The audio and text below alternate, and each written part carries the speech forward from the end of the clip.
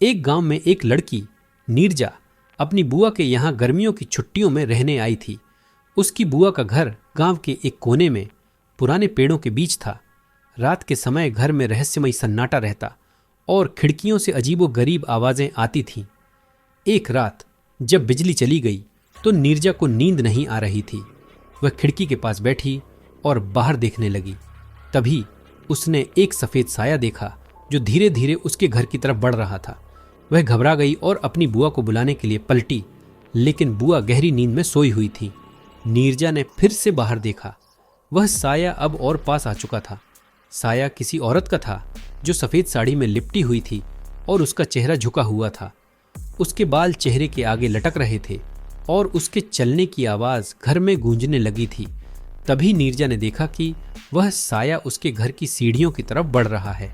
डर के मारे नीरजा ने अपनी आंखें बंद कर लीं। अचानक दरवाजे पर खटखट की आवाज हुई। नीरजा का दिल जोर से धड़कने लगा। किसी तरह साहस जुटाकर उसने दरवाजा खोला और बाहर झांका। दरवाजे के बाहर वही औरत खड़ी थी, लेकिन उसका चेहरा अब भी दिखाई नहीं दे रहा था। नीरजा की घबराहट बढ़ती जा रही थी। उसने कांपते हुए पूछा, कौन हो तुम? तभी उस औरत ने धीरे धीरे अपना सिर ऊपर उठाया। उसका चेहरा भयानक था। उसकी आंखें काली और खाली थीं और उसके होंठ अजीब ढंग से मुस्कुरा रहे थे। नीरजा चिल्लाई, पर उसकी आवाज जैसे गले में अटक गई हो। अचानक वह औरत गायब हो गई, मानो वह कभी थी ही नहीं। नीरजा के दिल की धड़कनें तेज हो गईं। वह दौड़कर अपनी बुआ के पास गई और उन्हें जगाया।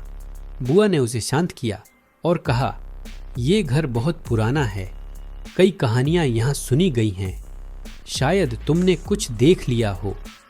लेकिन नीरजा को पता था कि जो उसने देखा वह एक बुरा सपना नहीं था।